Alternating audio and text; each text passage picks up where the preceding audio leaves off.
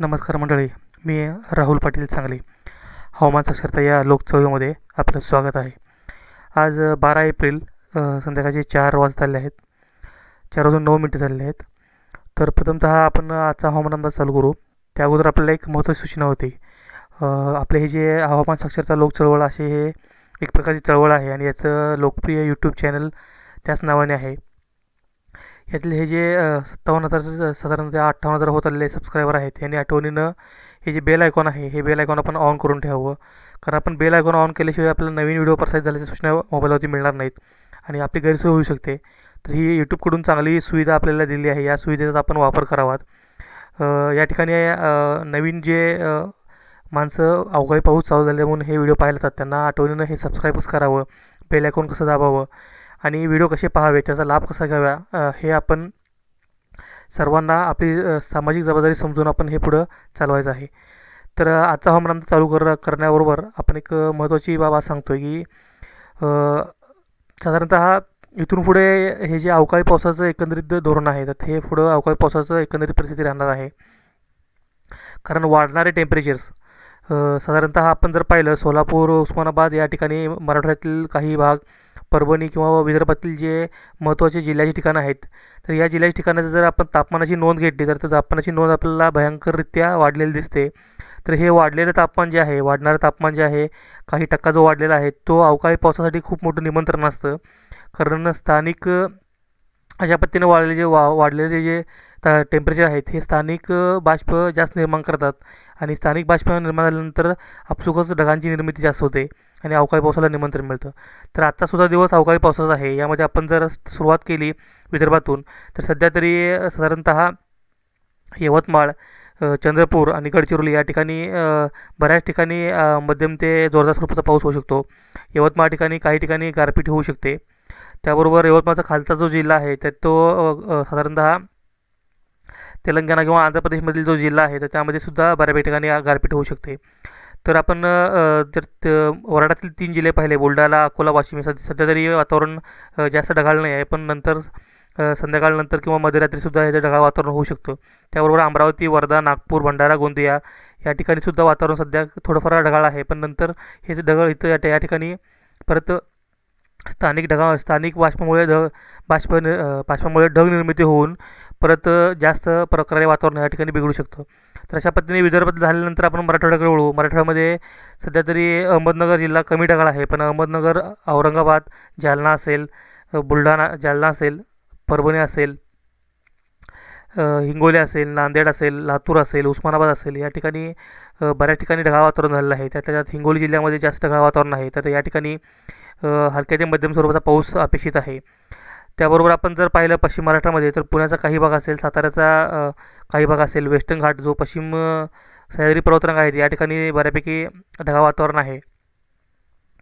तर या ठिकाणी अशा पद्धतीने ढगाळ वातावरण असल्याबरोबर सांगली जिल्ह्याचा काही भाग असेल, कोल्हापूर जिल्ह्याचा काही भाग असेल, तर अशा पद्धतीने ढगाळ वातावरण आहे. सांगली जिल्ह्याचा जास्त करून जतकडील जो भाग आहे तो जास्त ढगाळ वातावरण आहे. सोलापूरमधील जो अहमदनगर, उस्मानाबादकडील जो भाग आहे आणि कर्नाटककडील भाग या साधारणतः या भागामध्ये सुद्धा ढगाळ वातावरण जास्त आहे. पश्चिम महाराष्ट्रामध्ये हलक्या ते मध्यम स्वरूपाचा पाऊस अपेक्षित आहे.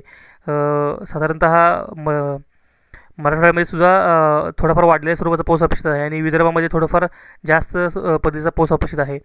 बऱ्याच ठिकाणी अवकाळी पावसा हा मेघगर्जनेसह, सोसाट्याच्या वाऱ्यासह अशा पद्धतीने येत असतो आणि त्याबरोबर काही ठिकाणी गारपीटसुद्धा होऊ शकते. आपण उत्तर महाराष्ट्राचा विचार केला तर नंदुरबार, धुळे, जळगाव या तिन्ही जिल्ह्यामध्ये हलकंसं ढगाळ वातावरण आहे, पण जास्तीत ढगाळ थोडंफार वातावरण आहे तर ते नाशिकच्या मध्यभागामध्ये आहे. पूर्व भाग आणि नाशिकचा मध्यभाग या ठिकाणी ढगाळ वातावरण आहे. तर अशा पद्धतीने एकंदरीत परिस्थिती आहे. कर्नाटकाच्या या भागावरती हा जो कर्नाटकाचा आणि तेलंगणाचा जो भाग आहे आंध्र प्रदेशचा या ठिकाणी जास्त ढगांची रेलचेल आहे. तर ही वाढलेली रेलचेल संध्याकाळनंतर किंवा मध्यरात्रीपर्यंत जे सीमारेषेवरील जिल्हे आहेत यामध्ये कोल्हापूर असेल, सांगली असेल, सोलापूर असेल, उस्मानाबाद असेल, लातूर असेल, त्याबरोबर नांदेड असेल, यवतमाळ असेल अशा पद्धतीने हे ढगाळ वातावरण जे आहे या जिल्ह्यामध्ये होऊ शकतं आणि आज ही अवकाळी पावसाचा दिवस आहे. तर त्याबरोबर दुसरी महत्त्वाची गोष्ट म्हणजे वॉटर वेपर जे आहे, पाण्याची वाफ किंवा बाष्प, मुबलक प्रमाणामध्ये पाण्याची वाफ एकंदरीत वातावरणात उपलब्ध असल्यामुळे आणि स्थानिक वाढलेल्या टेम्परेचरमुळे जे बाष्प तयार होतं या दोन्हीचा मिलाप होऊन स्थानिक ढग निर्माण होतात आणि बऱ्यापैकी अवकाळी पावसाला निमंत्रण मिळतं. या साईडला टेंबेमध्ये आपण पाहू शकतो कशा प्रकारचे ढग उपलब्ध आहेत. सांगलीचा जो भाग आहे त्यामध्ये जतकडचा भाग आहे. त्याबरोबर सोलापूरचा जो काही उस्मानाबादकडचा भाग आहे, उस्मानाबाद असेल आणि लातूर असेल, नांदेड असेल आणि या पद्धतीनं औरंगाबादचा भाग असेल, जालन्याचा भाग असेल, परभणी असेल, हिंगोली असेल, या ठिकाणी गडद बऱ्यापैकी ढग आहेत. त्यामुळे हे अवकाळी पावसासाठी एक चांगल्या प्रकारे निमंत्रण आहे. आपण जर पाहिलं तर या पद्धतीनं हे साधारण कमी दाबाचं क्षेत्र आहे. एक राजस्थानावरती कमी दाबाचं क्षेत्र आहे, हिमालयाच्या पायथ्याशी कमी दाबाचं क्षेत्र आहे, ओडिसाच्या किनारपट्टीवरती कमी दाबाचं क्षेत्र आहे. त्याबरोबर आपण मगाशी सांगितल्याप्रमाणे हे तेलंगणाच्या आसपास एक कमी दाबाचं क्षेत्र आहे. अशा पद्धतीने हे जांभळा कलर थोडाफार जो आहे तर हे कमी दाबाचं क्षेत्र आहे.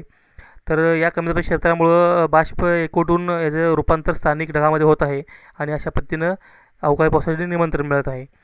जर आपण ह्या साधारणतः ॲनिमेशनमध्ये पाहिलं तर हे दोन चक्राकार स्थिती उपलब्ध आहेत. एक अरबी समुद्रामध्ये, एक बंगालच्या उपसागरामध्ये. यातील अरबी समुद्रामध्ये दिवसेंदिवस बळकट होत आहे. पुढील काळामध्ये आपण याविषयी माहिती देऊन आहोत.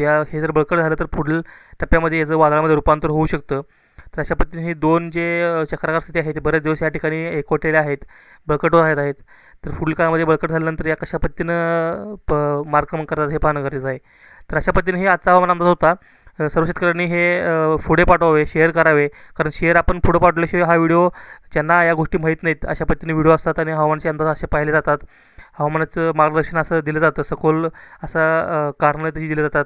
हे घडते तर हे कशामुळे घडते आणि ह्याची सखोल कारणं, सखोल मार्गदर्शन जे ज्या ठिकाणी मिळतं असे हे बऱ्याच जणांना माहीत नसतं. पण आपण शेअर केला तर ज्या लोकांना माहीत नाही हे लोकांना माहीत होईल. त्यामुळे आपण जास्तीत जास्त व्हिडिओ शेअर करावात आणि या चळवळीमध्ये जास्तीत जास्त लोकांना, शेतकऱ्यांना सामावून घ्यावं ही अपेक्षा. धन्यवाद.